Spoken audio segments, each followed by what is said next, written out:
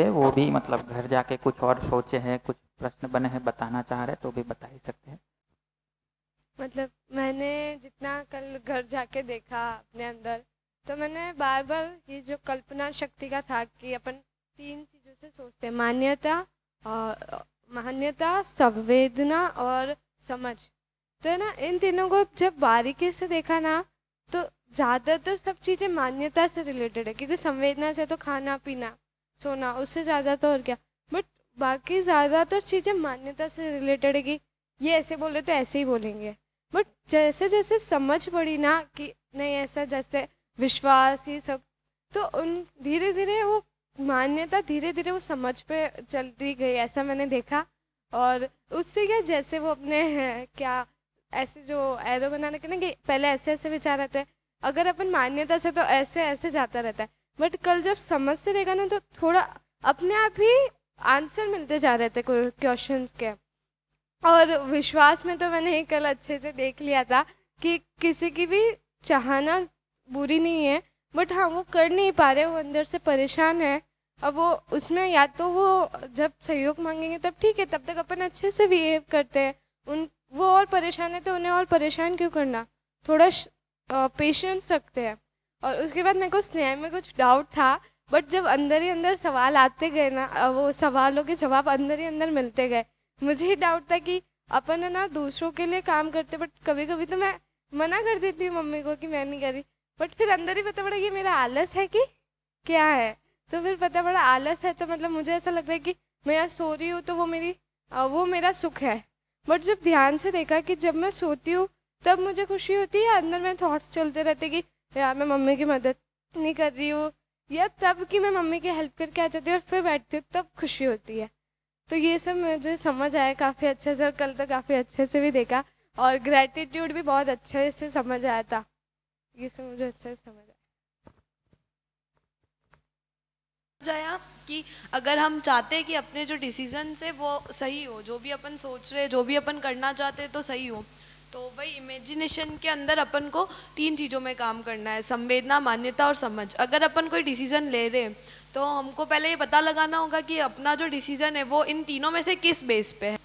तो अगर अगर हम डिसीजन लेते हैं कोई भी, तो हमें उसको अपनी समझ के आधार पर लेना चाहिए। सिर्फ ऐसा नहीं कि हाँ ऐसे हम जाएंगे तो अच्छा हो जाएगा, बट दोनों टाइप से सोचना चाहिए कि अगर यहाँ जाएंगे तो वहाँ कितना फ़ायदा होगा, यहाँ जाएंगे तो यहाँ अपने को कितना बेनिफिट होगा। तो जहाँ अपने लिए ज़्यादा वो लाइफ रिलेटेड ज़्यादा अपने लिए बेनिफिट्स है, तो हमें वो वाली चीज़ चूज़ करनी चाहिए। सेकंड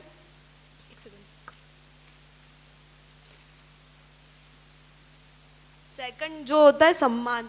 तो सम्मान में बहुत बार होता है अपन ज़्यादा आंक लेते, कम आंक लेते। ये कभी कभी ऐसा होता है अपन खुद को भी ऐसा होता है, किसी किसी सिचुएशंस में अपन ऐसे सोचते नहीं ये काम मैं कर लूँगी, तो हम ऐसा सोचते हैं कि सर ने हमको समझाया है मतलब हमको सब कुछ आता है। सर भी ये चीज़ समझाते तो हमको लगता है कि नहीं सब कुछ आता है, बट जैसे आपने हमको बताया फिर हमको लगा कि नहीं हमको सब कुछ तो नहीं आता है, हमको बहुत सारी चीज़ें जो सीखनी है। थर्ड वो जो ग्रेटिट्यूड वाला, नहीं, हाँ कृतज्ञता, जो हाँ कृतज्ञता।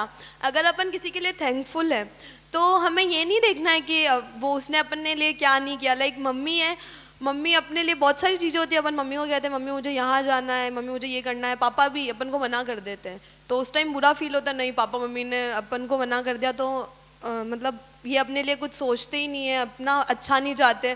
बट हम ये नहीं देख रहे कि उनके कोई रीज़न है, उन्होंने कुछ अच्छा भी तो किया है। बहुत टाइम ऐसा होता है मम्मी खाना बनाती है और अपने मतलब हमको गुस्सा कर देती है, तो हम सोचते हैं कि मम्मी के क्या है, मम्मी के तो बस दिन भर खाना बनाना है, एक ही काम है। और हम बहुत बड़ा काम करें, पूरे दिन भर उठते नहाते धोते अपना काम करते, पूरे दिन कॉलेज जाके आते हैं, हालांकि कॉलेज जाके भी हमने कुछ बड़ा नहीं किया होता है। फिर हम ये सोचते हैं कि मम्मी ने हमारी कुछ किया ही नहीं है, बट जो हमको वो खाना बना के दे रही है, अगर हमारी बेसिक नीड्स पूरी नहीं होगी तो हम आगे भी कुछ नहीं कर पाएंगे। तो हमें हर एक चीज़ के लिए, अगर कोई कोई अपनी लाइफ में कोई मेंबर है, चाहे वो भाई हो, बहन हो, मम्मी हो, पापा हो, तो हमें सोचना चाहिए कि सबका अपना रोल है और वो सब कोई ना कोई अच्छी चीज़ अपने लिए दे रहे हैं, तो उसके लिए हमको थैंकफुल नेचर रखना चाहिए।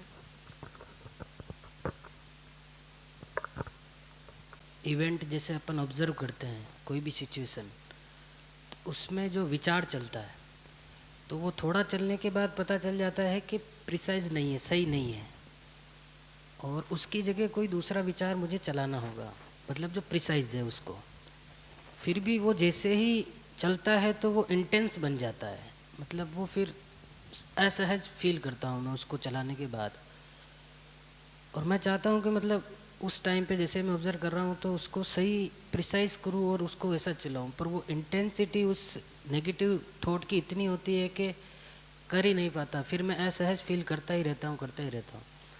फिर थोड़ी देर बाद में अगर उस पर ना सोचूं तो फिर वापस जाऊं तो फिर थोड़ा मतलब सहज फील करता हूं कि नहीं, वो मैंने विचार सही नहीं चलाया था, अब सही है वो ऐसा। पर वो गैप देना पड़ता है, पर वो उसी टाइम पे सही करना हो तो नहीं हो पाता है। और एक दूसरी चीज़ ये, जैसे कि एक एग्जांपल ये है कि जैसे कोई मेहमान आया घर पे, तो मैंने उनको पानी पिलाया कांच के गिलास के अंदर। तो अब मेरे को दो नियम पता है कि भाई एक तो आदमी मतलब मानव गलती करना चाहता नहीं है, ठीक है, और दूसरा यह है कि उनकी और मुझे ग्लास का भी नियम थोड़ा बहुत पता है कि भाई ग्लास जब गिरता है तो टूटता है। तो मैंने उनको पानी पिलाया और पानी पिलाया तो वो पानी पीते पीते उनसे गिलास गिर गया तो वो टूट गया। तो उस सिचुएशन में भी मुझे ऐसा दोनों नियम पता है कि गिलास का नियम भी पता है और मानव का नियम भी पता है, स्वीकार है अंदर। फिर भी वो दुख होता है कि गिलास कैसे टूट गया है, ऐसा ये था किसी।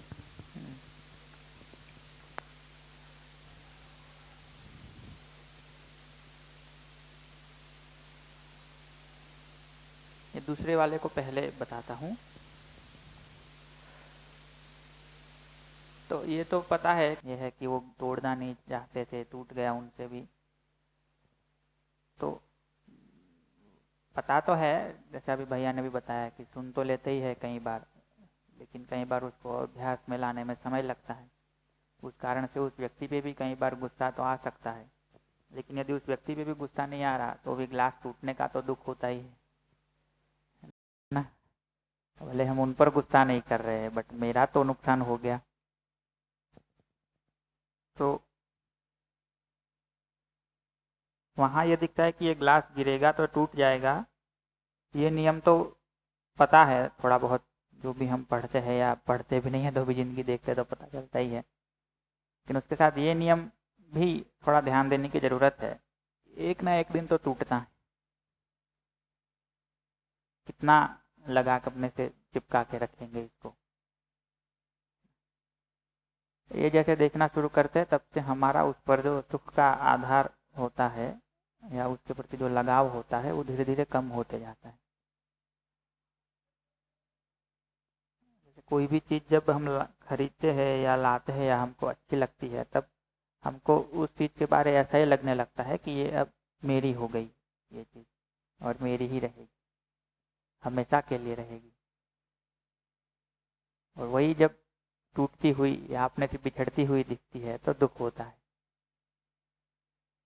तो उसके बदले थोड़ा ये भी ध्यान दिया जाए कि बस निरंतर तो जो चैतन्य संसार है उसी में निरंतरता, बाकी सभी जड़ वस्तुएं जो है वो तो जो उनके नियम है उस हिसाब से बनेगी भी, टूटेगी भी, पुरानी भी होगी, सड़ेगी भी, सब कुछ होगा। इस पर जितना ध्यान जाता है और ये कल्पनाओं में जितना फैलता है उतना उतना हमको ये चीज़ों से जो लगाव होता है कि जिसके टूटने से हमको दुख होता है वो धीरे धीरे कम होते जाता है। पकड़ पा रहे हैं मैं क्या कह रहा हूँ?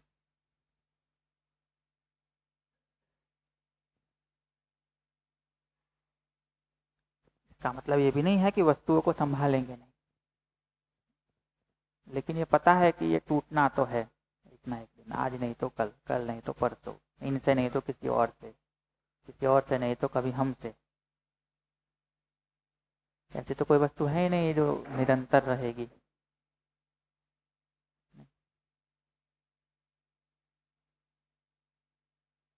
थोड़ा और बारीक देखेंगे तो पता चलेगा कि ये अणु परमाणुओं से बनी एक रचना है जो वापस उसी में विरचित होती है, टूटता तो नहीं है एक्चुअली देखें तो। कुछ इस रूप में देखेंगे तो फिर आपका एक और भाव बनेगा, बट अभी के लिए तो ये देखना ठीक है कि ये सारा जो कुछ है एक ना एक दिन तो टूटना है, शरीर भी एक ना एक दिन तो छूटना है। ये जितना हम अपने में अभ्यास करते हैं देखने का, ऐसे धीरे धीरे ये होता है कि फिर इन चीज़ों के प्रति लगाव जो हम मान के रखते हैं वो धीरे धीरे कम होते जाता है।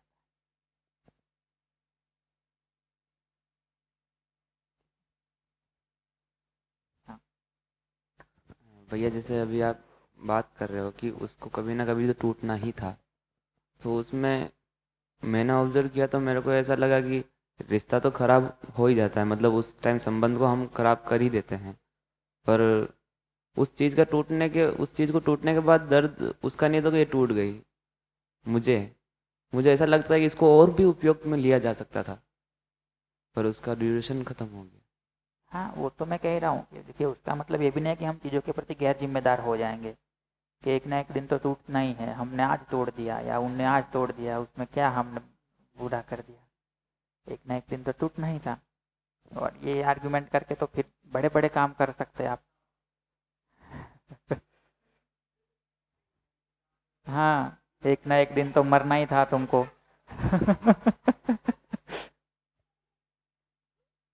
तो ये आर्गुमेंट तो ऐसा है कि उसका मतलब ये नहीं निकालना है कि उसके साथ जिम्मेदारी से नहीं जिएंगे।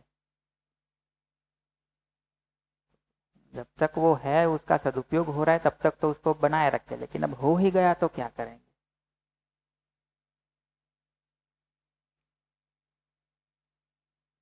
हो ही गया तो क्या करेंगे।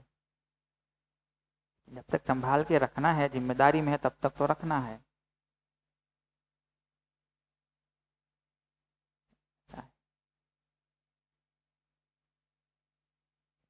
दूसरा मतलब पहला जो आप बता रहे थे, तो उसमें मुझे ये दिखता है कि कई बार हम ये करते हैं कि जब आग लगती है तभी दौड़ते हैं, जो अपने विचारों में बहुत बहुत उथल पुथल हो जाती है तभी हमको लगता है कि इसको ठीक करना है। जब चीज़ें सामान्य चलती रहती है तब उसको देखने का बहुत प्रयास हम नहीं करते।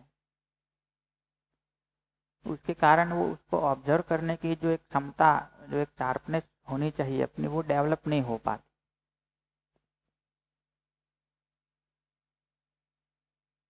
जैसे इसी अभी का मैं उदाहरण दूं तो अभी मैं आप लोगों से बात कर रहा हूँ, मैं वाकई में आप लोगों से सम्मान पाने के लिए बात कर रहा हूँ या कुछ समझ में आया है मुझे या कुछ समझ रहा हूँ तो उसको आप लोगों के साथ शेयर कर रहा हूँ। इसको मैं अपने में ऑब्जर्व ना करूँ अभी, है ना, इसको ना देखूँ, और कभी आप लोग ये कह दो कि हमको 3 दिन के बाद ये कह दो चौथे दिन से हमको नहीं आना है, अब मेरे में वो नेगेटिविटी चलने लगेगी कि आप क्यों नहीं आ रहे। तो उस वक्त मैं नहीं देख पाऊंगा उसको बहुत अच्छे से अपने में कि ये क्यों आ गई नेगेटिविटी, क्योंकि आगे के 3 दिन मैंने इस बात को ठीक से ऑब्जर्व ही नहीं किया कि मैं किस भाव से बोल रहा था। तो सामान्य रूप में भी हमारे जो कल्पनाशीलता में चलता है उसको देखने का हमारा अभ्यास नहीं होता है, लेकिन जब उथल पुथल हो जाती है, बहुत सरायता फैल जाता है, हमको लगता है समेटना ही पड़ेगा, तब हम एकदम अचानक से खड़े हो उठते हैं, लेकिन तब तक इतना सब फैल चुका होता है।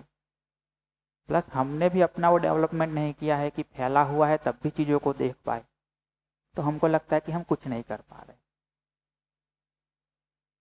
फिर हम उससे भाग के थोड़ा कुछ और करते हैं जिसको हम सामान्य भाषा में कहते हैं थोड़ा रिलैक्स हो जाते हैं।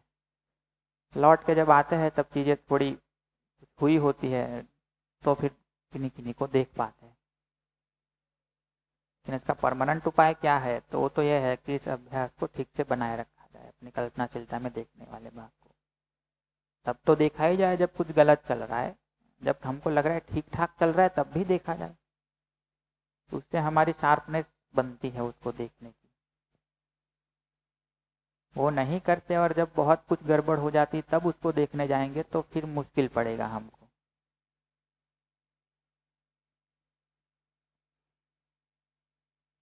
ये भी भारी नहीं लग रहा ना, ठीक समझ पा रहे?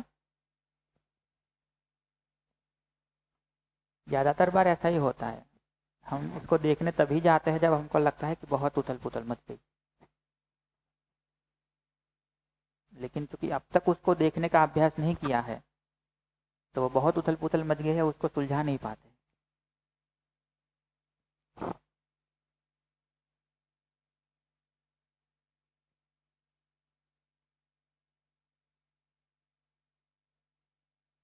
बताइए, और कोई बात हो तो। इसी में कुछ ना समझ में आ रहा हो तो भी बताइए।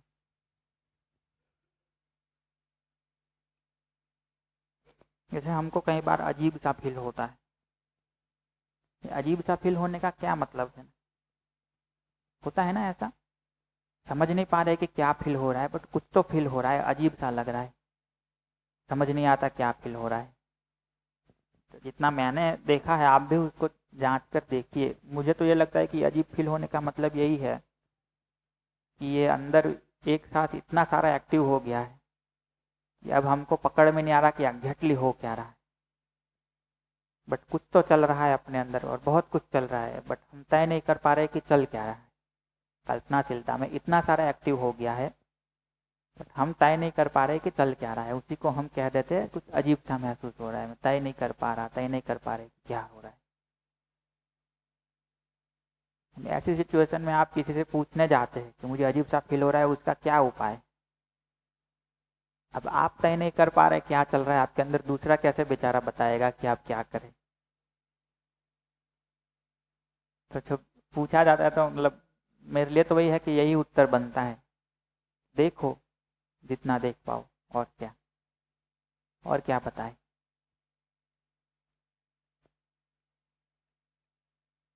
तो वही है, कई बार अजीब में सिर्फ नेगेटिविटी चलती है तो आपको लगता है कि बहुत नेगेटिविटी चल रही है। कई बार पॉजिटिविटी नेगेटिविटी सब इतना मिक्स हो जाता है तो आप नाम देते हैं अजीब सा चल रहा है। मुद्दा तो वही है कि कल्पनाशीलता में एक साथ इतना सारा सब चलने लगा है। ये जो बनाया ना पीछे ये वाला, वो इतना ऐसे हो गया है एकदम, जैसे वो उत्तरायण में ऐसे मतलब पतंग चगाते हैं तो मांझे का वो बन जाता है ना छत पे, लेकिन हम सुबह से लेकर शाम तक उसको ठीक किए ही नहीं। अब शाम को जाके छत पे देखे तो सब ऐसे ही पड़ा मिलेगा। फिर हम कहते हैं कि ये क्या हो गया, तो पहले से ही ठीक करते देखते रहते हैं उसको। कल्पनाशीलता में तो उससे भी कहीं गुना ज्यादा धागे ऐसे इधर उधर हो जाते हैं।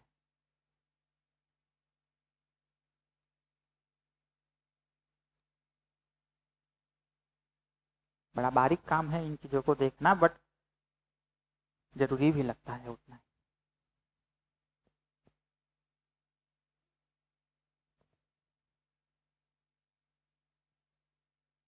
चलिए तो आगे बढ़ ले, या कोई और प्रश्न है आप लोगों के?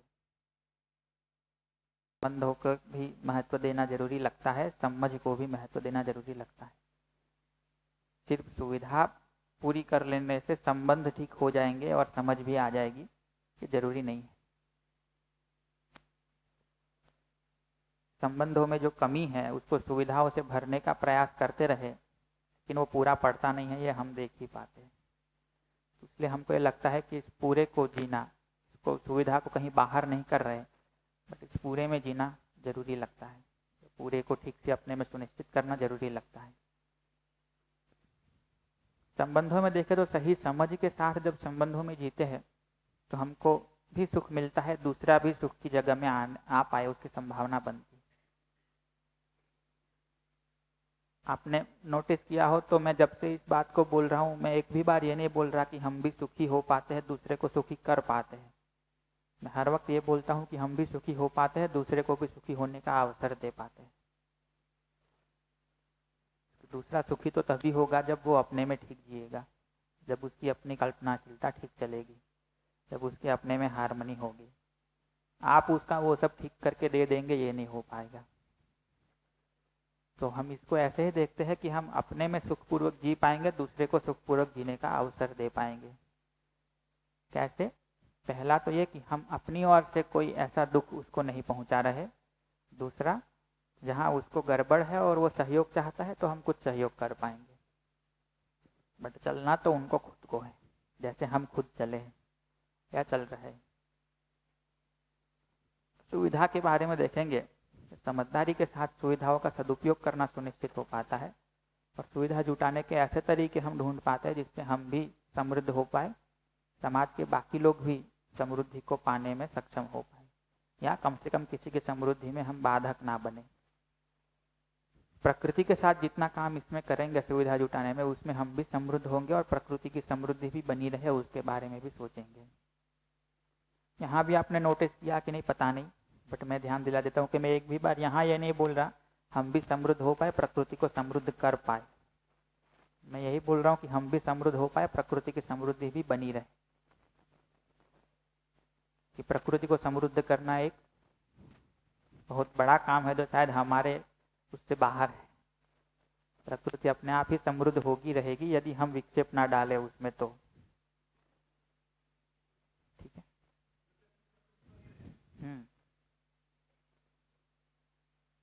हम तो समृद्ध नहीं कर पाएंगे उसको ना।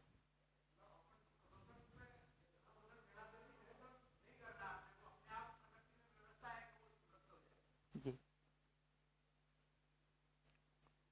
ठीक से देखे तो हम कुछ नहीं करते। एक पेड़ भी हमको लगता है हम उगा रहे हैं, हम थोड़ी उगा रहे हैं, प्रकृति खुद उगा रही है। प्रकृति में खुद उग रहा है, हमारे कहने से थोड़ी न उग रहा है। हम उगा रहे होते तो हम ऐसा आम का पेड़ ना लगाते जो कल से आम देना शुरू कर दे। आगे हमने देखा था कि यदि सिर्फ सुविधा के दायरे में जी रहे तो कहीं ना कहीं हमको ये दिखता है कि हम पशुओं की तरह जी रहे हैं। थोड़ा ठीक से देखे तो ये दिखता है कि यहाँ जी रहे तो पशुओं से भी खराब जी रहे हैं, क्योंकि सिर्फ सुविधा के क्षेत्र में जी के पशु तो तृप्त हो जा रहा है। गाय को जितनी सुविधा चाहिए मिल जा रही है, वो तृप्त हो जा रही है। हम तो इतना करके भी तृप्त नहीं हो पा रहे। तो यहाँ से ये पूरे में जीना शुरू करे, उसी को क्या कहते हैं, संक्रमणीय विकास। और ये कैसे होगा, इसके लिए इस पूरी शिविर में हम चर्चा कर रहे हैं। यहाँ जो भी कहा जा रहा है वो प्रस्ताव है। मैं बार बार इस पर इसलिए जोर दे रहा हूँ क्योंकि आप ये ना मान कि यहाँ कहा गया है इसलिए ये सही है, अब ऐसा जीना है। यहाँ से बाहर जाने के बाद भी बहुत सारी बातें आप तक आएगी, फिर आप में कन्फ्लिक्ट चलेगी कि यहाँ तो ये कहा था, वहाँ तो ये कह रहे। तो अभी से हम ये कह रहे हैं कि इसको जांच ले, परख ले, हर बात को अपने अधिकार पे स्वीकारे, ऐसे ही ना स्वीकार ले। इसको देखेंगे तो मैं और शरीर के रूप में हम अपने को देख सकते हैं, और एक ऐसा अभ्यास है कि इसको जितना गहराई से करे उतना इसमें हम बारीकी से देख पाते हैं। सूचना रूप में तो जैसा हम कहते हैं कि हमारे पास भी बहुत सारे शब्द इसके लिए है ही, बट इसको देख पाए, अपने आप देख पाए, वो एक जरूरी काम है। कल गोष्ठी में वो बहन पूछ रही थी, सरस्वती नाम ना, मैं को जानने के क्या स्टेप्स होंगे, तभी वो आई नहीं है। वो जब आएगी तब उस पर बात करेंगे। ने ये भी देखा था कि जब ये मटेरियलिस्टिक चीजें हैं जो उससे हम सुखी होना चाहते हैं, तो कहीं ना कहीं उसका एक असीमित सा संग्रह हमको करने की जरूरत लगती है, क्योंकि हम निरंतर सुख चाहते हैं और वस्तुओं से सुख जो मिलता है वो सीमित ही होता है। हम चाहते हैं इतना सारा भोजन हो जाए, इतने सारे कपड़े हो जाए, इतना सारा वो हो जाए कि हम निरंतर सुखी रह पाए, लेकिन वो हो नहीं पाता तो हमको हर वक्त दरिद्रता ही महसूस होती है। को भी काफ़ी विस्तार से देखा था हमने। इस पर आप लोगों के कुछ प्रश्न भी बन रहे हैं, ध्यान भी जा रहे हैं। ये जो कल्पनाशीलता चल रही है उसको ठीक से कैसे देखे, मान्यताओं से चल रही है, संवेदनाओं से चल रही है, या सही समझ से चल रही है। और मैं फिर एक बार कहता हूँ जो कल भी कहा था कि इस पूरे शिविर में आपको कुछ याद ना रहे, सब भूल जाए, ये पूरी नोट आपकी खो जाए जो लिख के रखा है आपने, इतना याद रह जाए और इस पे काम करते रहे तो भी बहुत है। मेरा ऐसा मानना है, ये पर्सनल मेरा मत है, आपके लिए कुछ और भी महत्वपूर्ण हो सकता है। जब मैंने शिविर पहला किया था तब से लेके मैं ये पाता हूँ अपने में कि सबसे महत्वपूर्ण काम ये है कि बाकी सारी सूचनाएं, भाषा है, तर्क है, उसको अप्लाई कहाँ करेंगे, गड़बड़ कहाँ ठीक करेंगे, यहीं पे।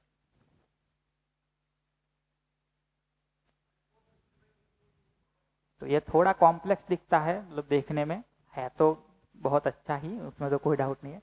उसको सिंप्लीफाई यहाँ कर दिया है कि कल्पनाशीलता से ही व्यवहार, कार्य व्यवस्था में भागीदारी हम करते हैं, और या तो संवेदना से हम कुछ कल्पना चलाते हैं, या मान्यता से, या समझदारी से।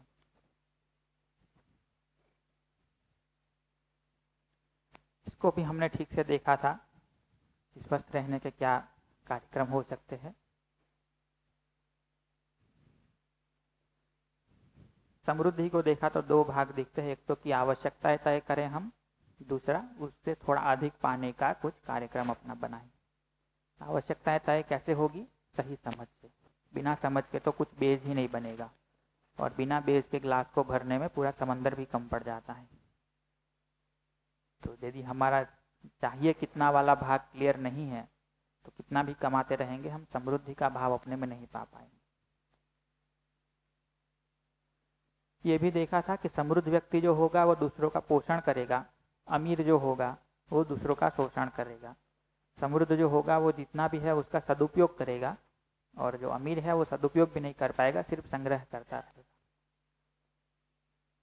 इसके बाद हमने मानव में व्यवस्था को देखने के बाद फिर ये परिवार में संगीत, परिवार में व्यवस्था को देखना शुरू किया था, जहाँ हमने देखा था कि हमको कई बार लगता तो है कि सुविधाओं से सिर्फ काम चलता नहीं है, संबंधों में जो गड़बड़ है उसको ठीक किया जाए।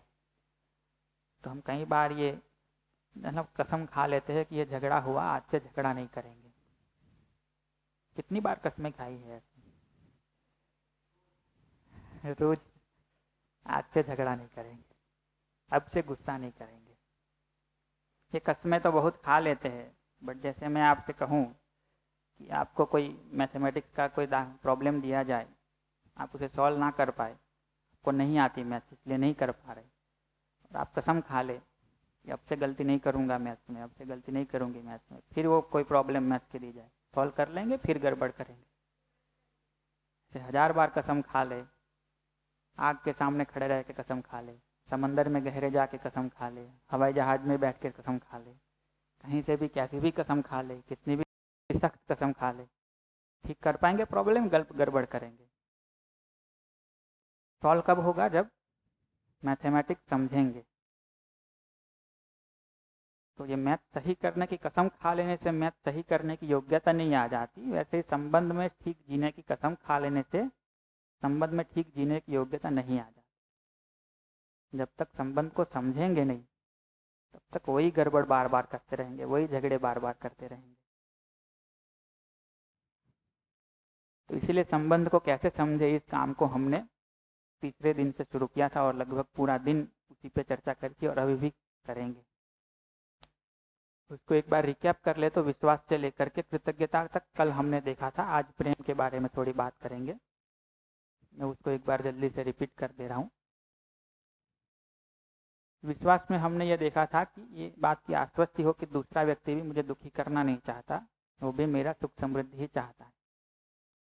इसमें जहाँ गड़बड़ हो जा रही है उसको हमने इन 4 प्रश्न, ये 4 प्रश्न अपने बारे में, ये 4 प्रश्न दूसरे के बारे में, या 4 प्रश्न चाहने के बारे में, 4 प्रश्न योग्यता के बारे में, ऐसे 8 प्रश्नों की छोटी सी एक्सरसाइज करके देखा था कि हम भी चाहते ही है सुखी होना, सुखी करना, दूसरा भी यही चाहता है, लेकिन योग्यता में कोई गड़बड़ है तो हम गड़बड़ कर बैठते हैं, योग्यता में कोई गड़बड़ है तो दूसरा कुछ संबंध में उछल कर बैठता है।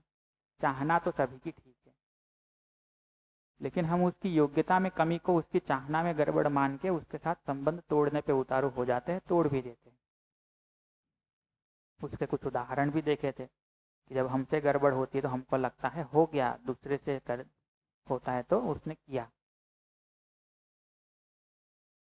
कोई एक छोटी सी बात बताते हैं, कहानी है या सच्ची घटना है पता नहीं, कि एक बहू नई नई आई थी तो उसने कुछ स्पेशल डिश बनाने का सोचा, तो बहुत मेहनत करके वो सारा जो पहले भिगो के रखना था भिगो के रखा, फिर जो सब्जियां काटनी थी काटी, सारी प्रोसेस की, बनाया, कई मिनटों तक उसको चूल्हे पे गरम किया, अंत में उसको एक मिट्टी के बर्तन में निकाला, फिर परोसने जा रही थी तो हाथ से छिटक गया बर्तन टूट गया। तो सास थी वो चिल्लाई कि देखो उसने बर्तन तोड़ दिया, सब जो बनाया था गिरा दिया। तो जो ससुर जी थे कहे अच्छा ये बताओ सास को कि उसने ये जो सारी मेहनत की पिछले 4 घंटे से बना रही थी, ये क्या ये तोड़ने के लिए और गिराने के लिए कर रही थी? ये तोड़ना होता तो पहले ही तोड़ देती। तो ये तोड़ना और गिराना चाहती थी या टूट गया गिर गया? टूट गया गिर गया। तो ऐसे ही कई बार ये जो लोगों से जो गलती हो जाती हम ये कह देते हैं कि उसने गलती करी, जबकि गलती करके वो खुद भी परेशान होते हैं। हम अपने बारे में देखें कि जो हम में उथल पुथल चल रही है, हमारे भाव ठीक नहीं है, हम अपने में बहुत परेशान पाते हैं अपने को। दूसरे के आगे हम ये अपेक्षा से प्रस्तुत होते हैं कि वो कुछ सहयोग कर दे हमारा, बट परेशानी बस चिल्ला देते हैं, भाषा गड़बड़ा जाती है। तो उस वक्त हम ये अपेक्षा रखते हैं कि वो हमारा सहयोग करे, ये नहीं चाहते कि वो चिल्ला दे या संबंध तोड़ दे। दूसरा भी जब परेशानी अपनी व्यक्त कर रहा है तो हम उसको कैसे देखते हैं? सहयोग करने की जगह खड़े रहते हैं या उसके सामने हम भी वैसे ही हो जाते हैं? तो उसके लिए इस बात को बहुत बारीकी से देखने की ज़रूरत है कि हम भी अपनी चाहना आपको देखें, दूसरे की चाहना को देखें, और योग्यता में जहाँ कमी है उसको पूरा करने में एक दूसरे का सहयोग करें। हमने इसका उल्टा भी थोड़ा देखा था, ये योग्यता में कमी को हम चाहना में गड़बड़ मान लेते हैं, वैसे ही ये उसकी चाहना अच्छी है तो उसको उसकी योग्यता मान लेना भी उतनी ही बड़ी गड़बड़ है। जैसे मैंने एक उदाहरण बताया था कि मेरी चाहना ठीक है तो मुझे बस चलाने नहीं देंगे आप, तो मेरी चाहना ठीक है उसको मेरी योग्यता मान लेना भी एक गड़बड़। चाहना ठीक है उसको भी योग्यता मान लेना भी एक गड़बड़। तो अब ये योग्यता वाले भाग को कैसे देखेंगे? तो हमने देखा कि उसकी योग्यता का सही सही आकलन करेंगे, ना कम ना ज्यादा ना कुछ अन्यथा। तो उसी को हम क्या कहते थे? अधिमूल्यन, अवमूल्यन, निर्मूल्यन या अमूल्यन। उसके बदले सही आकलन को कहते हैं सम्मान। सम्मान जब करते हैं तो ये दिखता है कि लक्ष्य तो मेरा भी वही है, दूसरे का भी वही है, उस लक्ष्य को पाने का कार्यक्रम मेरा भी वही है, दूसरे का भी वही है, और उस लक्ष्य तक पाने की मेरी भी क्षमता है, उसकी भी क्षमता है। तो लक्ष्य, कार्यक्रम, क्षमता में हम दोनों समान है। यही सम्मान का न्यूनतम भाग है कि हम दूसरे को अपने जैसा स्वीकार कर चलते हैं। योग्यता में यदि हमको लगता है कि मेरी योग्यता उससे कम है तो हम ये तैयारी दिखाते हैं कि हम आपसे कुछ समझेंगे। यदि हमको लगता है कि हमारी योग्यता ज़्यादा है तो हम जिम्मेदारी पूर्वक जीने के काम को अपनी ओर से करते रहते हैं। जब सामने वाला व्यक्ति भी ये स्वीकार लेता है कि हाँ आप मुझसे ज़्यादा समझदार है, तब वो हमसे सहयोग लेता है। और जब भी उसको सहयोग की अपेक्षा होती है तब हम ज़रूरत के हिसाब से सहयोग करते हैं। तो इस रूप में हमको ये दिखता है कि दूसरा मेरा पूरक है। 3 मामलों में तो हम समान हैं, योग्यता के मामले में हम दोनों एक दूसरे के पूरक है। इस रूप में किसी को भी जब देखते हैं तो उसके साथ जीने का एक ठीक कार्यक्रम हम बना पाते हैं, उसी को कहते हैं उस व्यक्ति का सम्मान करके हम जी रहे हैं। इसको व्यक्त करने के तरीके कई हो सकते हैं। बड़े हैं तो पैर छू के व्यक्त करेंगे, अपनी उम्र के हैं तो किसी एक तरह के व्यक्त करेंगे, छोटे हैं तो किसी एक तरह से व्यक्त करेंगे। इसके बाद हमने देखा था स्नेह। जब हम किसी व्यक्ति का सम्मान मतलब विश्वास कर पाते हैं उस पर, उसकी योग्यता को सही सही पहचान पाते हैं, तो विश्वास और सम्मान के बाद हमको वो व्यक्ति हमारे संबंधी के रूप में स्वीकार होता है। हम उसके साथ निष्ठापूर्वक जीने को तैयार होते हैं, उसी को कहते हैं स्नेह। दूसरी भाषा में मतलब दूसरा एक उसका परिभाषा देखें तो यह है कि हमको उस व्यक्ति से किसी तरह का विरोध नहीं रहता, उसी को कहते हैं निर्विरोधिता। इसके कुछ इंडिकेशन हमने देखे थे कि उस व्यक्ति के लिए जो करना बनता है वो यदि हमको बोझ लगता है तो हमको ये दिखता है कि कहीं ना कहीं स्नेह का भाव नहीं। दूसरा ये देखा था कि किसी की प्रगति देख के हमको ये लगता है कि ये मुझसे आगे निकल जा रहा है, तो ईर्ष्या होना भी स्नेह नहीं। जब किसी के भी साथ हम संबंध की जिम्मेदारी को स्वीकारते हैं, हम किसी को अपने संबंधी के रूप में स्वीकारते हैं, तो उस संबंध को निभाने के लिए क्या करना बनता है? तो एक तो है उसके शरीर का ध्यान रखना, और एक है उसके भाव विचार का ध्यान रखना, उसका ध्यान रखना। तो उसी को हमने देखा था कि ममता और वात्सल्य के रूप में हमें भाव दिखते हैं। संबंधी के शरीर के पोषण संरक्षण की जिम्मेदारी हम लेते हैं, वो स्वीकृति हमें बनती है, उसी को कहते हैं ममता। और उसके पोषण संरक्षण की जिम्मेदारी जो बनती है उसको कहते हैं वात्सल्य। इसमें भी गड़बड़ रूप में देखें तो ये होता है कि अपना जो है, अपना मान रखा है, उसके प्रति तो ममता खूब दिखती है, परायों के प्रति थोड़ी कंजूसी आ जाती है। दूसरी बात ये दिखती है कि जो अपनों के प्रति ममता दिखती है वो बहुत खूब दिखती है, बहुत खूब दिखती है कि खिलाते ही रहते हैं।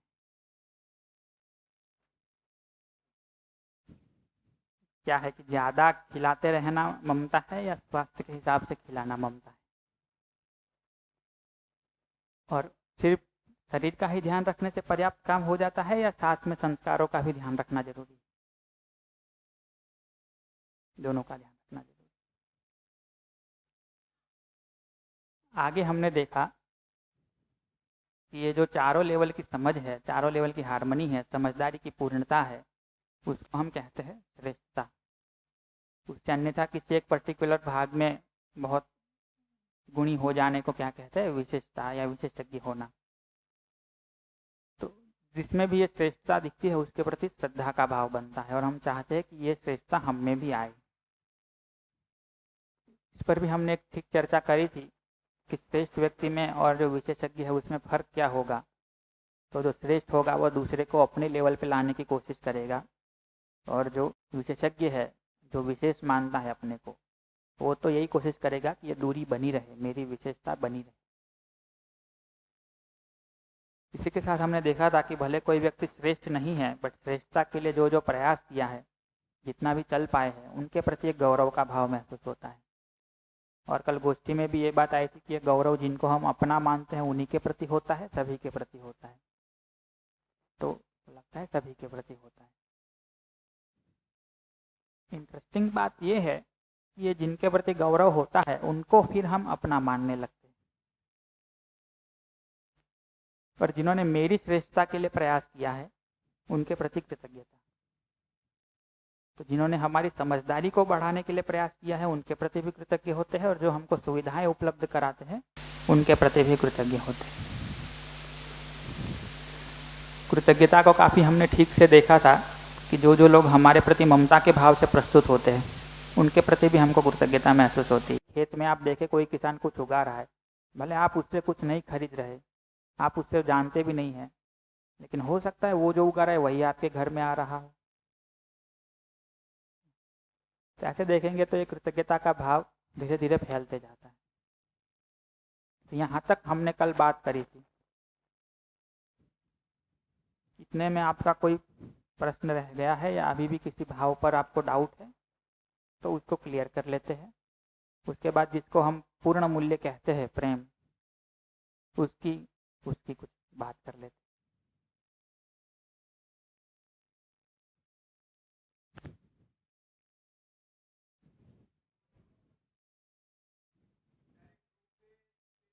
हैं। माइक है ना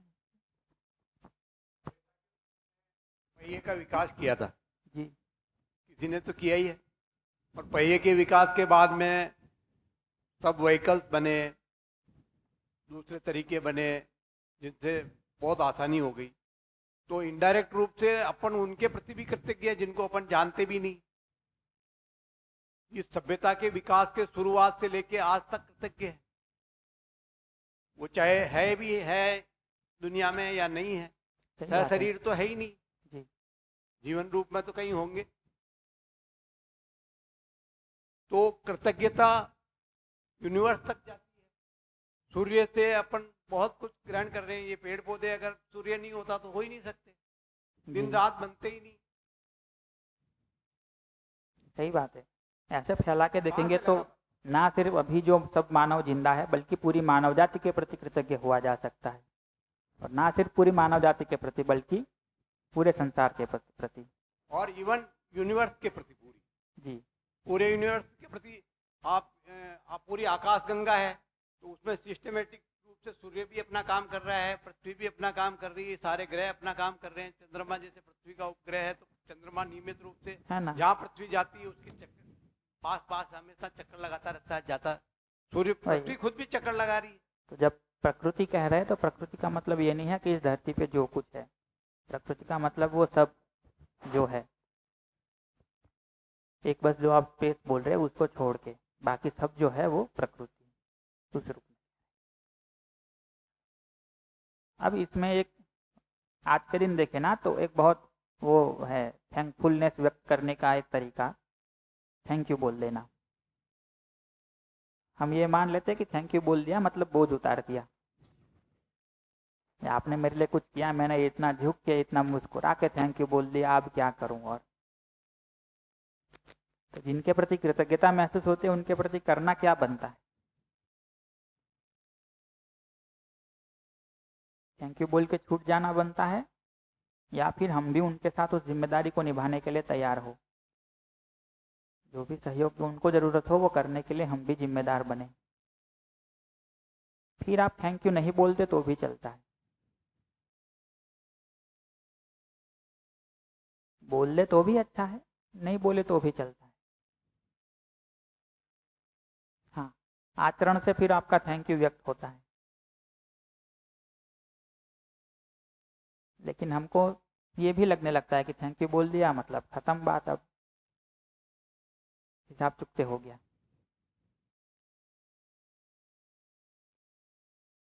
थोड़ा बारीकी से देखेंगे तो कृतज्ञता एक ऐसी चीज है जो कभी रिवर्स नहीं चलती।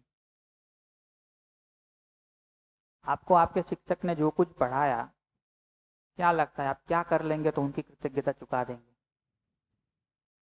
आपके मम्मी पापा ने जो कुछ आपके लिए किया, हमारे लिए जो कुछ किया, मतलब हम क्या कर लेंगे कि उनकी कृतज्ञता चुका लेंगे? उनके साथ तो उतना ही कर सकते हैं जितना हमारी जिम्मेदारी बनती है, जितना कर्तव्य बनता है। अब आगे समाज में हम कुछ करें, कुछ और लोग हम पे कृतज्ञ हो,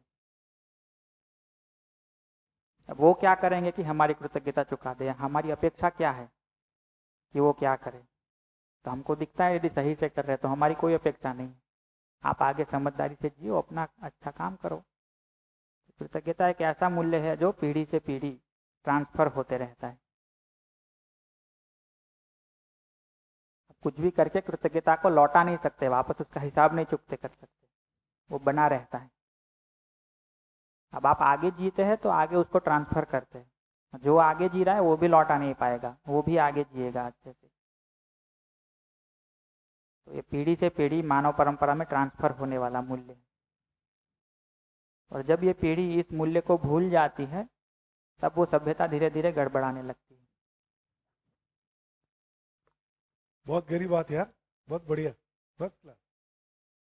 कृतज्ञता भी सबके प्रति, और फिर हम उसको चुका तो सकते नहीं कर्ज को, तो एक ही रास्ता है कि ये व्यवस्था ऐसी बनी रहे कि आने वाली पीढ़ियों को भी सब मिले, तो प्रकृति में संतुलन बना रहे जी, यही कर सकते हैं। तो इसके लिए समझदारी जिम्मेदारी से जीना पड़ेगा। बहुत बढ़िया, बहुत बढ़िया। और इसी तरह से अगर अपन विचार करेंगे, पूरा हो गया क्या आप जो कह रहे हैं? ठीक है। हाँ हाँ, इसी तरह से अपन विचार करेंगे तो अपन नई पीढ़ी के लिए, बच्चों के लिए जो कर रहे हैं वो कोई एहसान नहीं कर रहे हैं। वही अपन किसी के प्रति कृतज्ञ हुए, इसलिए अपन किसी को दे रहे हैं। अपने को उन्होंने इतना सक्षम बनाया प्रकृति ने कि अपन आगे ट्रांसफर कर रहे हैं। वही तो, आप कृतज्ञता चुका भी नहीं सकते और जिनको चुकाने के सोचते वो वापस कुछ लेना भी नहीं चाहते। यदि ठीक से जी रहे तो फिर वो आगे ही बढ़ना है उसको। और जब कोई पीढ़ी ऐसी बनने लगती है जो कृतज्ञ नहीं होती है आने वाली, मतलब पीछे वाली पीढ़ियों के प्रति, तब वो चीजें थोड़ी गड़बड़ाने लगती है। आप कुछ कह रहे थे पलक? जैसे कृतज्ञता, ये तो सही है कि अपन रिवर्स नहीं होता, बट जैसे मान लो कि एक एग्जांपल से लेके हमारे मम्मी पापा ने जो हमें रिले किया वो बहुत ही, मतलब उसके लिए अगर हम कृतज्ञ हैं तो हम उनके साथ वो जिम्मेदारी पूर्वक जी रहे हैं, तो फिर क्या वो मतलब उनको लौटाना नहीं हुआ? और ये मतलब कहीं ना कहीं इसमें डाउट है कि क्या उन्हें लौटाना नहीं हुआ? हाँ भले ये अगर हम इस तरह से करें कि हम उन्हें कुछ लौटा रहे तो वो बिल्कुल भी सही, हम सही से भी नहीं कर पाएंगे, ये हमारी जिम्मेदारी है। बट कहीं ना कहीं हाँ, उसको आप लौटाना कह सकते हैं, लेकिन मैं ये कह रहा हूँ कि आप कितना लौटाएंगे कि आप ये कहे कि अब पूरा पड़ गया, है ना? जिंदगी भर जब तक माँ बाप जिंदा रहे तब तक सेवा करते रहे, कभी ये नहीं लग रहा कि अब पूरा पड़ गया। वो कभी पूरा नहीं पड़ता है। लौटाने का मतलब वही है कि हम अब जिम्मेदारी से जीने लगे उनके साथ, उतना ही होता है। हाँ, और जो हमको समझ मिली है, जो हमको मिला है, उसको आगे ट्रांसफर कर रहे हैं जिम्मेदारी से। हाँ भैया, जैसे आप समझा रहे हो कृतज्ञता, तो मुझे इसमें ये समझ आया कि जब हम किसी के प्रति कृतज्ञ होते हैं तो उसके द्वारा जो भी किया गया हम उसको वेस्ट नहीं जाने देते। अगर किसी ने अगर रोड बनाया तो हम ध्यान रखेंगे कि ये कहीं से हम ऐसा ना कर ले कि ये टूट जाए, या कोई अगर चीज़ है तो उसके साथ ऐसा ना हो जाए कि ये वेस्ट हो जाए। हाँ, कि आप यदि खुद खेती करना शुरू कर देना, फिर आप झूठा नहीं छोड़ सकते खाना। क्योंकि अब तक हमको पता नहीं है कि ये जो थाली में आया है ये कितने लोगों की मेहनत से आया है। तो ना खाना और झूठा छोड़ देना हमारे लिए बहुत नॉर्मल बात है, लेकिन खुद मेहनत करके कभी उगाएंगे तो एकदम साफ कर देंगे थाली।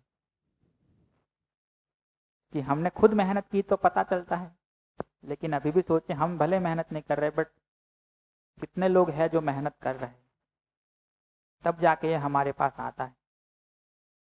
जिम्मेदारी से खाना पकाएंगे, ज़्यादा भी नहीं पकाएंगे, ज़्यादा भी नहीं लेंगे थाली में, और पूरा भी करेंगे।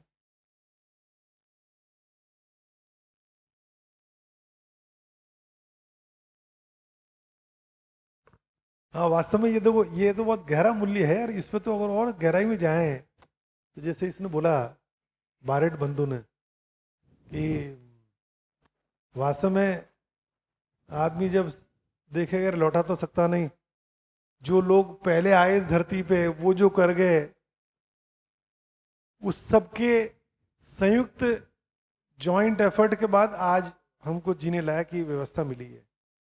अब लौटा तो सकते नहीं हम एहसान को, तो ढंग से जी लें, तो वेस्टेज ना करें। तो हर आदमी को, अगर हर बच्चे को ये मूल्य समझा दिया जाए शिक्षा में, तो वो इतना जिम्मेदारी से जिएगा कि कोई भी सामान वेस्ट नहीं हो, पानी भी वेस्ट नहीं हो, खाना भी वेस्ट नहीं हो, कुछ भी चीज बिना वजह तोड़ी भी नहीं जाए, प्रकृति से लीन न जाए, ले तो उसका सदुपयोग करें। तो ये चलते चलते फैलाते फैलाते वहां तक पहुंच रहा है कि हो सकता है आगे फिर अपराध ही ना हो, फिर पुलिस की जरूरत ना पड़े, फिर कोर्ट की जरूरत ही ना पड़े। तो ये है वास्तव में समाधान। तो दृष्टि पूर्णता तक पहुंच जाएगी तो लगे यार ये समस्याएं, बहुत सारी समस्याओं की जड़ तो आदमी की खोपड़ी में मानसिकता, ये जो, या खोपड़ी बोलो, मन में जो मानसिकता है वो है। ये ठीक होए बिना कुछ होगा नहीं, कितने बार एफर्ट कर लें। और अगर मानसिकता ठीक कर दी शिक्षा से, तो वो खुद ही फिर कुछ करने चेक एंड बैलेंस की जरूरत ही नहीं, फिर तो वो अपने आप ही खुद ही जिम्मेदारी से जिएगा। और तो ठीक से इन बातों को सोचेंगे तो फिर आप ये भी सोचेंगे कि ये जो हम बहुत आसानी से कमा के थाली भर के खा रहे और झूठा भी छोड़ रहे, जिसने इतनी मेहनत करके उगाया है उनका परिवार खा पा रहा है या भूखा सो रहा है। यदि वाकई में कृतज्ञता फील कर रहे तो ये भी सोचेंगे ना कि हम इतना बड़ा घर बना के रह रहे हैं, जिन लोगों ने ये घर बनाया है उनका खुद का घर है अभी या नहीं है। वाकई में कृतज्ञता है अपने में, तो ये सारी बातों पे ध्यान जाता है।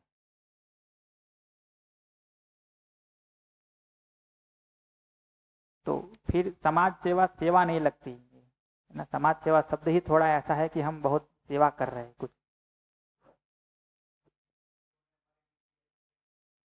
हाँ, मतलब ये समझ में आ जाए कृतज्ञता, तो आदमी संवेदनशील हो जाएगा। फिर तो यार के हर व्यक्ति का योगदान है मेरी जिंदगी में, तो वो भी ठीक चले यार। अगर उसके संघर्ष जिंदगी में, तो यार मुझे कुछ करना ही है, और वो करना क्यों एहसान या सेवा नहीं है, वो मेरी जरूरत है, वो ही जिंदगी है, वो ही जिम्मेदारी है ना। बहुत बढ़िया। जब तक ये चर्म चक्षु से देखते हैं, चमड़े की आंखों से, तो बाहरी कमी दिखती है, तो लोग तब ये कर देंगे। तो हमारी परंपरा में जो दो आंखों की बात की गई, दूसरा ज्ञान चक्षु, तो अब जैसे जीन विद्या ने जब ज्ञान चक्षु खोला, तो लगा यार कि कोर्ट बढ़ाने की जरूरत नहीं है, शिक्षा को ठीक करने की जरूरत है। ये कर देंगे तो कोर्ट की जरूरत ही नहीं पड़ेगी, जो है उसको ही बंद कर देंगे, नए खोलने की जरूरत कहाँ है। जो आज दिखता भी हमको अखबारों में आता रहता है अभी, कि कोई कह रहा है पुलिस की संख्या हमारे यहाँ कम है पर 1000, अमेरिका में इतने हैं, यूरोप में इतने पुलिस वाले, हमारे यहाँ तो कम है, या नंबर ऑफ कोर्ट्स कम है, नंबर ऑफ डॉक्टर्स कम है। हम बाहर देखते हैं तो ये दिखता है अधूरे ज्ञान से। जब ज्ञान आ जाए, दृष्टि पूरी हो जाए, तो लगता है यार कि ओहो, इतना बिना वजह की माथापच्ची की जरूरत ही नहीं पड़ेगी, ये तो बड़ा आसान हो जाएगा। हर बच्चों को बस ये समझ में आ जाएगा। समस्या तो यह है कि नंबर ऑफ ह्यूमन कम है। नंबर ऑफ ह्यूमन हाँ हाँ, सबसे बड़ा प्रॉब्लम तो वो ओ है। यस यस यस, आदमी आदमी बन जाए हाँ तो ये दुनिया मानवीय हो ही जाएगी अपने आप। तो वास्तव में यहाँ काम करने की जरूरत है, ये जड़ है हर समस्या की। यहाँ करेंगे तो बहुत सारी समस्याएं हमारे कुछ एफर्ट के बिना ही अपना ऑटोमेटिकली सब हल होती चली जाएगी। इसलिए ताकत यही लगानी। मैंने तो मन बना लिया कि अब जिंदगी में और कुछ नहीं करना है, कोई सेवा की जरूरत नहीं है। शिक्षा में ये आ जाए विषय, हर बच्चा पढ़ ले, तो दुनिया छोड़ते समय अपने को भी अफसोस नहीं होगा यार कुछ किया ही नहीं, लिया ही लिया सबसे, समाज से, सरकार से, प्रकृति से। और ये करने से दुनिया बदलती हुई देख के मैं जाऊंगा इस दुनिया से, ईश्वर यात्रा में। तो है बहुत गहरा, ये जितना गहरा जाएंगे उतना फैलता हुआ दिखेगा। बहुत ही बढ़िया, फर्स्ट क्लास करते गए। तब तो आज चर्चा से और ज्यादा स्पष्टता आई। बट ये बात भी ठीक है कि इसको शिक्षा में लाने के बारे में बात कर रहे हैं ना। आज तो शिक्षा में ही कृतज्ञता की हालत ये है कि बच्चे टीचर के प्रति कृतज्ञ नहीं हो रहे। दुनिया के प्रति कृतज्ञ होना तो छोड़ो, विद्यार्थी को शिक्षकों के प्रति कृतज्ञता नहीं हो रही। हाँ नहीं, शिक्षक के प्रति भी नहीं हो रही है, पेरेंट्स के प्रति भी नहीं हो रही है, हाँ। किसी के प्रति नहीं हो रही है।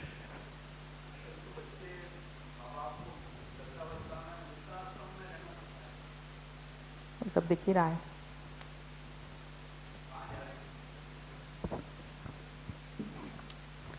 तो मैं बीच में कहीं सुन रहा था कि तो मैं उसमें ये बोला गया था सबसे पहले साक्षात्कार होगा तो कृतज्ञता का होगा, उसके बाद बाकी मूल्य का होगा। फिर मुझे लगा कि नहीं, अभी मैं जब यहाँ ये पीपीटी देखी तो सबसे पहले तो हम जब भी संबंध समझने का प्रयास करेंगे तो पहले दो क्रम बताते हैं उसके। एक ये है जो हम यहाँ लिखते हैं, हाँ, विश्वास से शुरू ये वाला एक क्रम वो भी बताते हैं। जब आप अध्ययन बिंदु किताब में देखेंगे तो वहाँ कृतज्ञता से शुरू होते हैं, वो हाँ। भी एक क्रम है। नहीं तो जैसे ये तो मुझे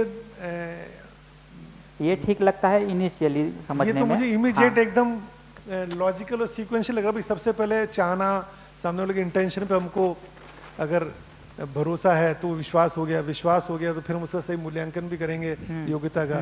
योग्यता मूल्यांकन करेंगे तो उस हिसाब से साथ मिलके क्या कार्यक्रम हो सकता है, सम्मान तो कर ही देंगे। ऐसे ही जो लॉजिक बैठता है वो उस वाले क्रम में भी बैठ सकता है, बट उसको परिचय शिविरों में नहीं करते हैं क्योंकि फिर लोग कितना लॉजिक बैठाए बेचारे। बट हम फिर उस पर बात करेंगे, आपको वो भी देखना होगा। अच्छा, वो उसका भी लॉजिक एक बैठता है। अच्छा, और मतलब ये एक व्यक्ति के लिए बैठता है, वो पूरी परंपरा के लिए बैठता है। उस पर भी बात हो सकती है, जिसमें कृतज्ञता से शुरू करते हैं बात को। आपको बताऊंगा अकेले में। अभी जो लोग पहली बार इसको भी अभी बैठा रहे हैं उनको तो ये करने दिया हाँ, जाए। ये तो ओवरडोज हो जाएगा ना। हाँ, ओवरडोज होता अभी है तो क्या ये इसको बैठाने में भी टाइम लगता है जी। ये बैठ जाए तो फिर तो जिंदगी बदल गई, दुनिया बदल हाँ, गई। ये बैठ जाए तो भी पर्याप्त है, वो बैठ जाए तो भी पर्याप्त है, इसमें कोई बड़ी बात। मुद्दा यह है जीने में आना चाहिए ये सब।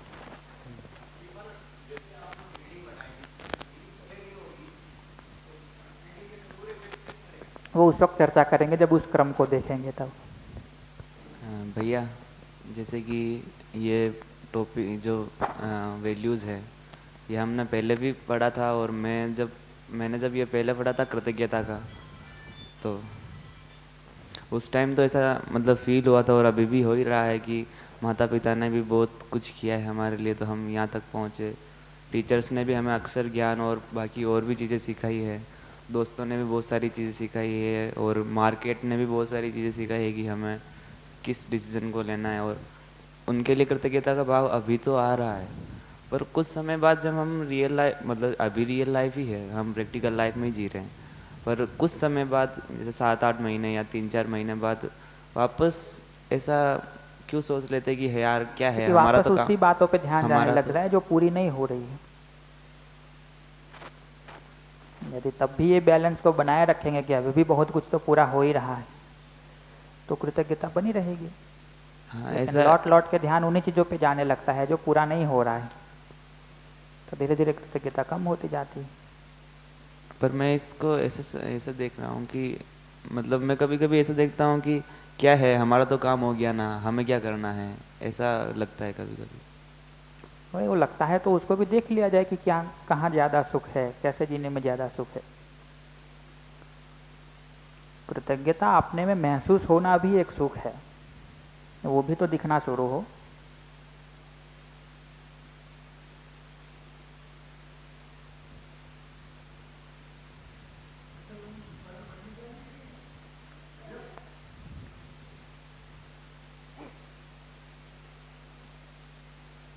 बस मुझे लगता है सभी लोगों का शेयरिंग भी हो गया। कल तक जो हमने बात की थी उस पर मैं वही बोल रहा था, एक आप बचे और एक ये दोनों लोग बच गए।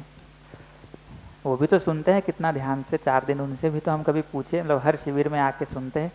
आपको कैसा लग रहा है? हेलो। हाँ, हाँ। भैया मैंने जैसे कल यहाँ से जाने के बाद जनरल जैसे लाइफ में कल मैं सबसे पहले पियर मतलब मम्मी के घर गई थी, ठीक है।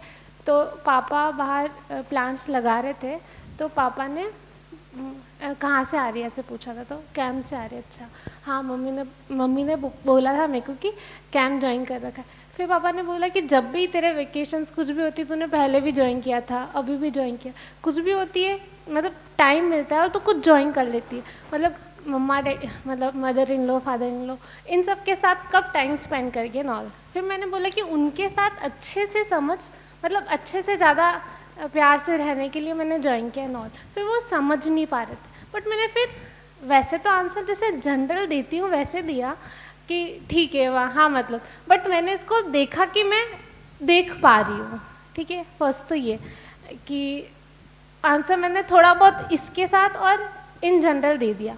फिर सेकंड एक और मेरी बहन के साथ बात हुई थी मेरी कल, ठीक है।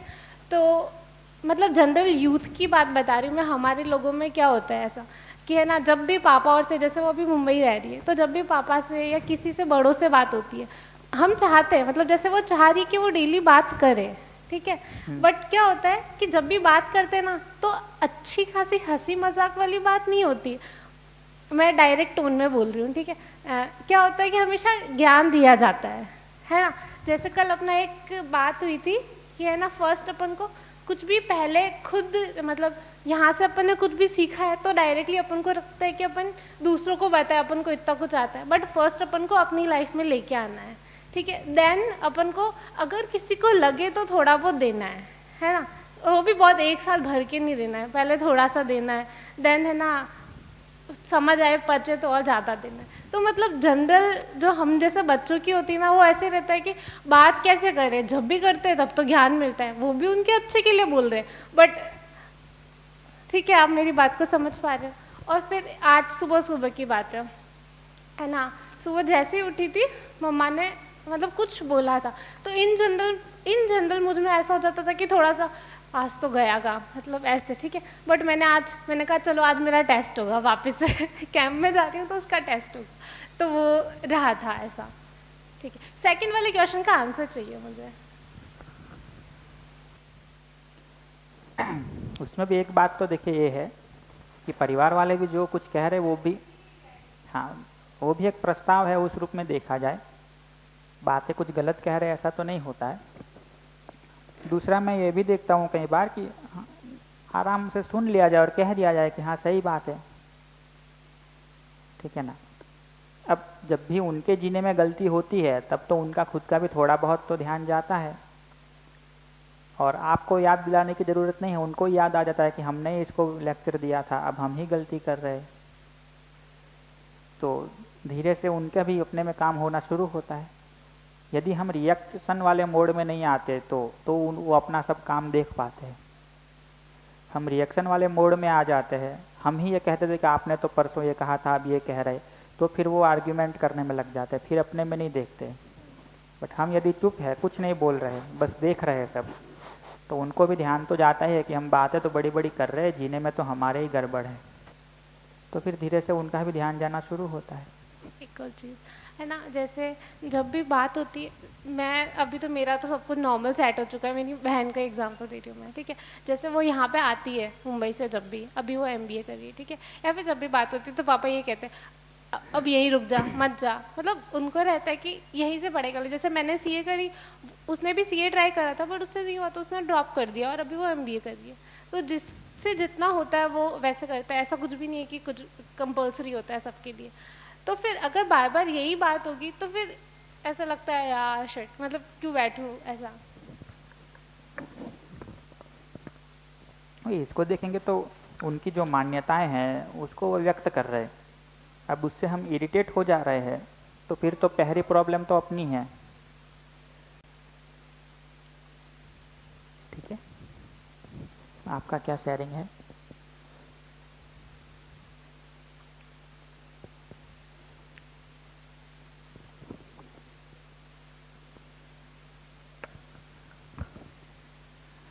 नमस्कार सभी को।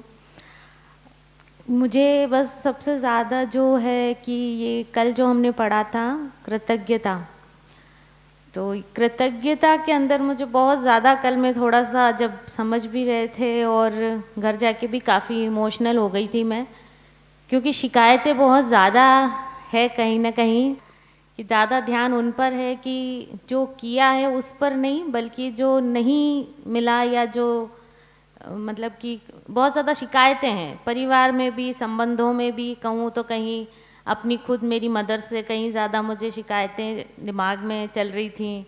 फिर मेरे सास ससुर से भी मेरा थोड़ा इतना अच्छा संबंध नहीं है, तो उसको भी मैं एक्सेप्ट करती हूँ, तो वो भी मेरी दिमाग में शिकायतें चल रही थी।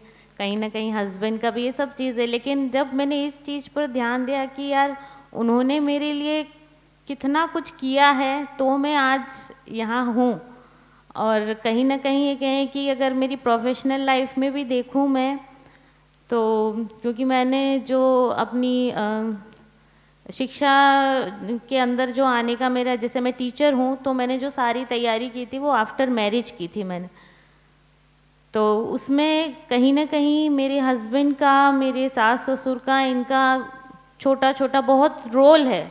तो उनके प्रति मेरे को कल जब मेरे दिमाग में ये कृतज्ञता का, जब मैंने इसको अच्छे से समझा, तो मैं बहुत ज़्यादा इमोशनल हो गई। यहाँ पे भी हो गई थी, घर भी जाकर के मैंने मेरे हस्बैंड से भी कहा कि पता नहीं क्यों मैं हर समय ज़्यादातर आपसे शिकायतें ही करती रहती हूँ, जबकि आपका बहुत बड़ा रोल है। आपने मुझे इतना सपोर्ट किया शादी के बाद में, मेरे सास ससुर ने मेरे बच्चे को संभाला, ये सब किया, तभी तो जाकर के मैं आज ये इस टीचर पद पर, उसके लिए मैं तैयारी कर पाई। तो मेरे दिमाग के अंदर ये बहुत कहीं ना कहीं ये वाला भाव बहुत ज़्यादा मुझे इफ़ेक्ट किया ये चीज़। और कल मैंने अपने फिर मम्मी से भी बात की, तो मम्मी से भी बात करके मैं काफ़ी इमोशनल हो गई कि मम्मी आज मैं जहाँ भी हूँ, आपने मुझे बचपन से जो मुझे संस्कार दिए, तो उस वजह से ही मैं आज यहाँ खड़ी हूँ। हर समय मैं आपसे शिकायत करती रहती हूँ कि आपने मेरी शादी जल्दी करवा दी और दूसरे भाई बहनों को बहुत पर्याप्त मौका दिया उनका करियर बनाने का, सब चीज़ें करने का, लेकिन मेरी शादी जल्दी करा दी। और मैंने शादी के बाद जो करियर बनाया उसमें मैं बहुत स्ट्रगल किया, तो ये सब आपकी वजह से हुआ। लेकिन कहीं ना कहीं अब मुझे कृतज्ञता वाला जो भाव है उससे मुझे सब शिकायतें मेरी माँ से, मेरी सास ससुर से, मेरे पति से, सबसे मुझे कोई शिकायत नहीं है। मेरा मतलब मन अंदर से ऐसे, अभी भी मैं इमोशनल हो रही हूँ, मेरा कृतज्ञता से भरा जा रहा है कि बहुत सारी ऐसी चीज़ें हैं जो उन्होंने मेरे लिए की, लेकिन मेरा उन पर मेरा ध्यान नहीं गया था। तो बस ये मेरे लिए बहुत बड़ा, ये कल जो मेरे को लगा वो बहुत अच्छा लगा। Thank you. First class, first class. मैंने देखा एक भी बिंदु पर ध्यान चला जाए ना अपने पे, उसके बाद तो यात्रा शुरू हो जाती है, फिर तो आनंद की यात्रा है। बढ़िया। आप खुद भी माइक ले लीजिए। कैसा लग रहा है तो बताइए। सिंह जी शर्माते हुए बोल लो यार। थोड़ा सा बताओ, इतने शिविर किया आपने यार, तो उसमें कैसा लग रहा है? अच्छा लग रहा है? कैसा लग रहा है?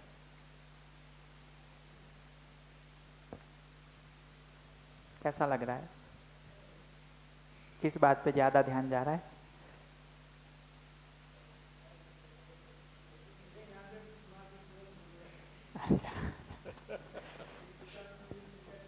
हाँ, आपका भैया सामने आके बोलिए ना। सामने आके बोलिए। माइक, हाँ माइक ले लीजिए। सब चाहते हैं, आप भी सामने आइए। हाँ,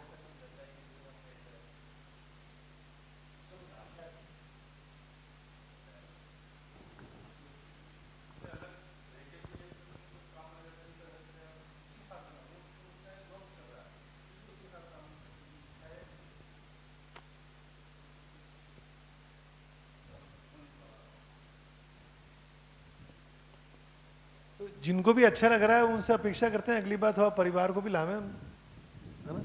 बल्कि बहुत झेला भी है मेरे को, क्यों मैं जब सामाजिक काम या आंदोलन या पार्टी में था तो घर वाले तो तैयार नहीं थे कि ये कहीं को चाकू को लगा देगा, तू कहाँ पार्टी में जा रहा है, तो चोरों चक्कों का रास्ता है, तू कहाँ जा रहा है इसमें, तेरे स्वभाव ही नहीं है ऐसा, तू तो गरीब देखते दया आती, तू कहाँ से करेगा ये राजनीति में, तो बिल्कुल निष्ठुर निरंकुश निर्मम निर्दयी बनोगे तो टिक पाओगे, नहीं टिक ही नहीं सकते ना। तो मैंने कहा, तो उन्होंने वो सहमत नहीं थे, फिर भी उन्होंने मेरे को मेरी जिद के आगे हार मानी, स्वीकार किया, चलो ठीक कर भाई कर।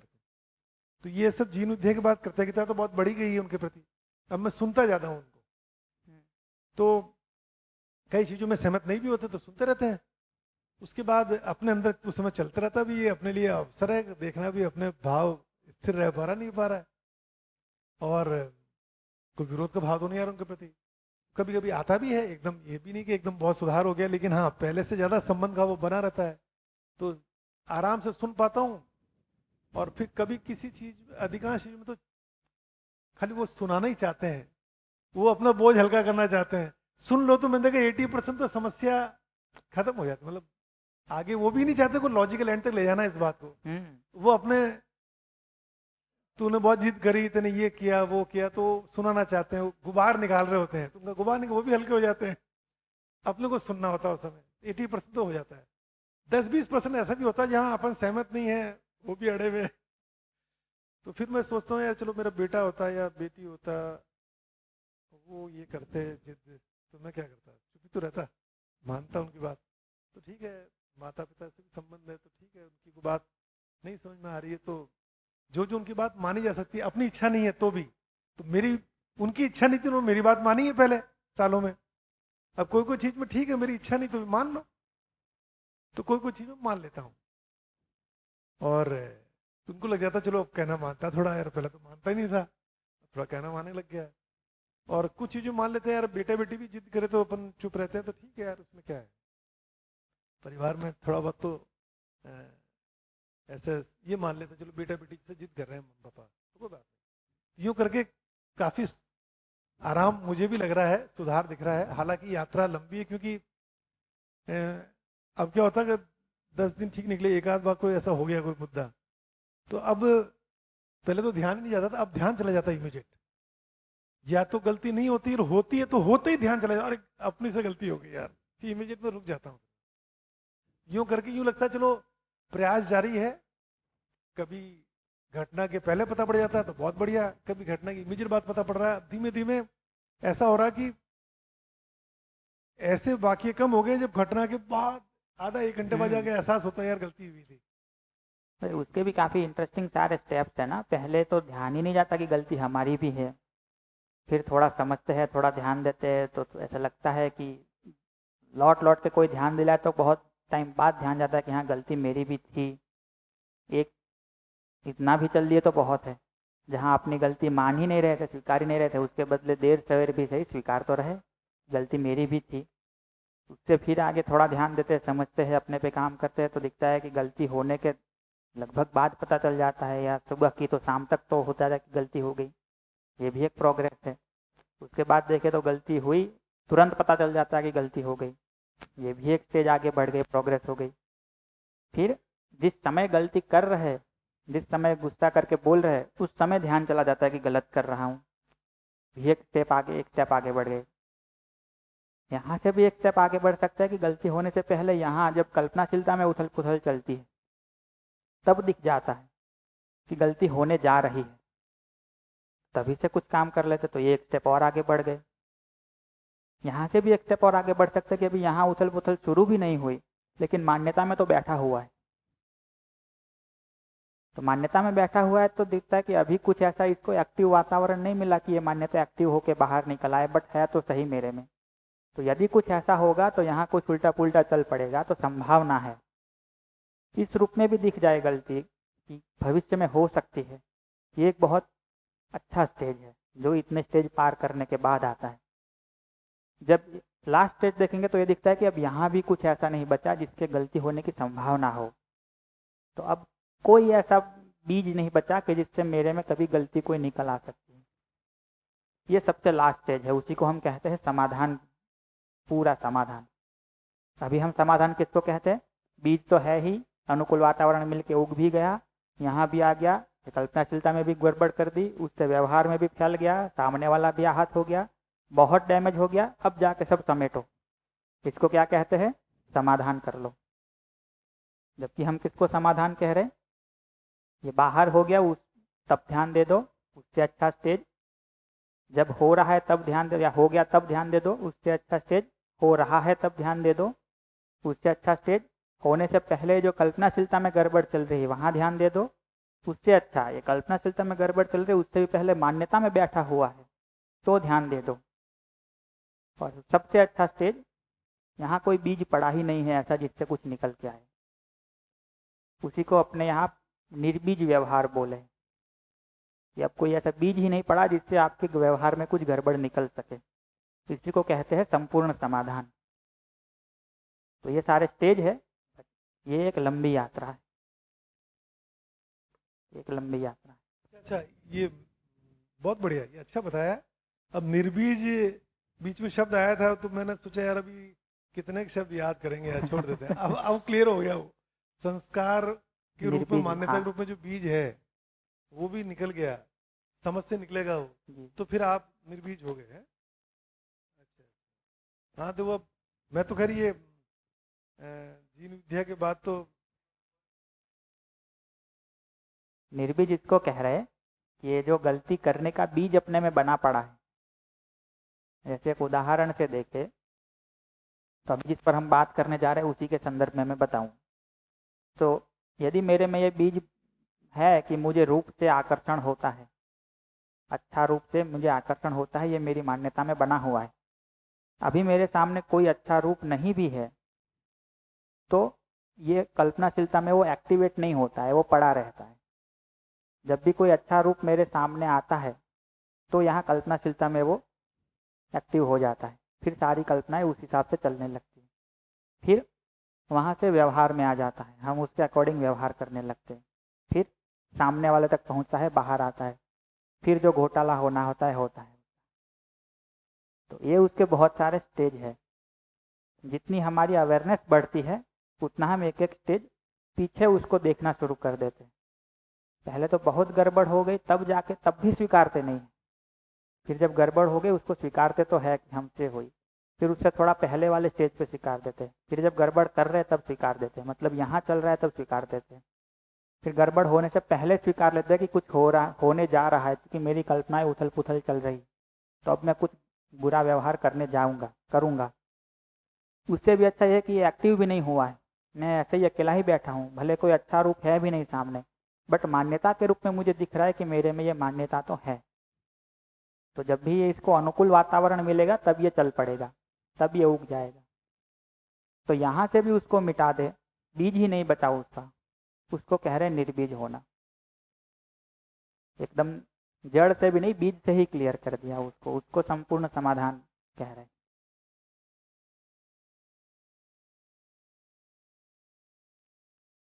मुझे लगता है एक छोटा सा ब्रेक कर ले।